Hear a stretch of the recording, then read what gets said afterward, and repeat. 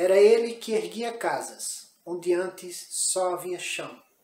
E como um pássaro sem asas, ele subia com as casas que lhe brotavam das mãos. Mas tudo desconhecia de sua grande missão. Não sabia, por exemplo, que a casa de um homem é um templo sem religião. Como tampouco sabia que a casa que ele fazia sendo a sua liberdade era a sua escravidão. De modo como podia um operário em construção entender como um tijolo valia mais que um pão. Tijolos ele empilhava com pá, cimento, esquadria. Quanto ao pão, ele o comia, mas fosse comer tijolo. E assim o operário ia, com suor e com cimento, erguendo uma casa aqui, adiante um apartamento, à frente uma igreja, um quartel e uma prisão. Prisão de que sofreria não fosse eventualmente um operário em construção. De modo que certo dia, à mesa, ao cortar o pão, o operário foi tomado por uma súbita emoção. Ao constatar assombrado que tudo naquela mesa, garrafa, prato, facão, era ele quem os fazia. Ele, um operário que sabia exercer sua profissão. Olhou em torno, gamela, banco, enxerga, caldeirão. Vidro, parede, janela, casa, cidade, nação, tudo o que existia, era ele quem os fazia. Ele, um humilde operário, um operário que sabia exercer sua profissão. Ah, homens de pensamento, não sabereis nunca o quanto aquele humilde operário soube naquele momento. Naquela casa vazia que ele mesmo levantara, um mundo novo crescia de que sequer suspeitava.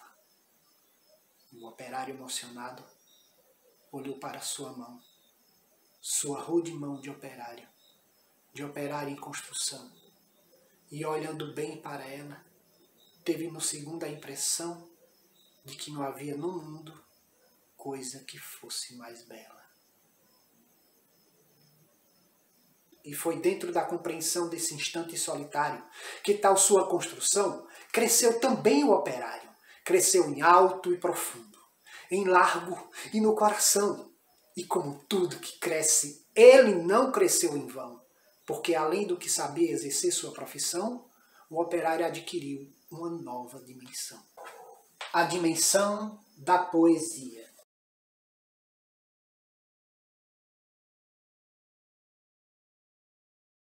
E um novo fato se viu que a todos admirava. O que um operário dizia, o outro operário escutava. E foi assim que o operário do edifício em construção, que sempre dizia sim, começou a dizer não. E aprendeu a notar coisas que antes não dava atenção. Notou que sua marmita era o prato do patrão, que seu macacão de Zuarte era o terno do patrão, que o casebre onde ele morava era a mansão do patrão, que seus 2 pés andarilhos eram as rodas do patrão, que a dureza do seu dia era a noite do patrão, que sua imensa fadiga era a amiga do patrão. E o operário disse não. E o operário fez-se forte na sua resolução. Como era de se esperar, as bocas da delação começaram a dizer coisas aos ouvidos do patrão. Mas o patrão não queria nenhuma preocupação. Convençam-no do contrário, disse ele sobre o operário. E ao dizer isso, sorria. Dia seguinte, o operário, ao sair da construção, viu-se de súbito cercado pelos homens da delação e sofreu por destinado sua primeira agressão. Teve seu rosto cuspido, teve seu braço quebrado, mas quando foi perguntado, o operário disse não!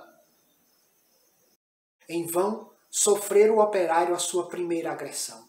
Muitas outras se seguiram, muitas outras seguirão. Porém, Por imprescindível ao edifício em construção, o operário prosseguia, e todo o seu sofrimento misturava-se ao cimento da construção que crescia.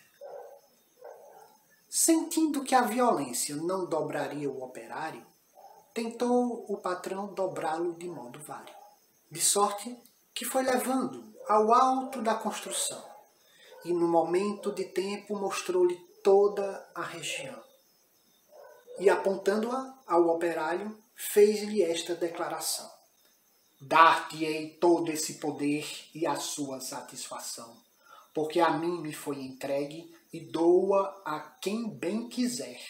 Dou-te tempo de lazer, dou-te tempo de mulher. Portanto, tudo o que vês será teu se me adorares, e ainda mais, se abandonares o que te faz dizer não. Disse e fitou o operário, que olhava e que refletia. Mas o que via o operário, o patrão nunca veria. O operário via as casas, e dentro das estruturas via objetos, coisas, produtos, manufaturas. Via tudo o que fazia o lucro do seu patrão. E em cada coisa que via, misteriosamente havia a marca da sua mão. E o operário disse: não! Loucura!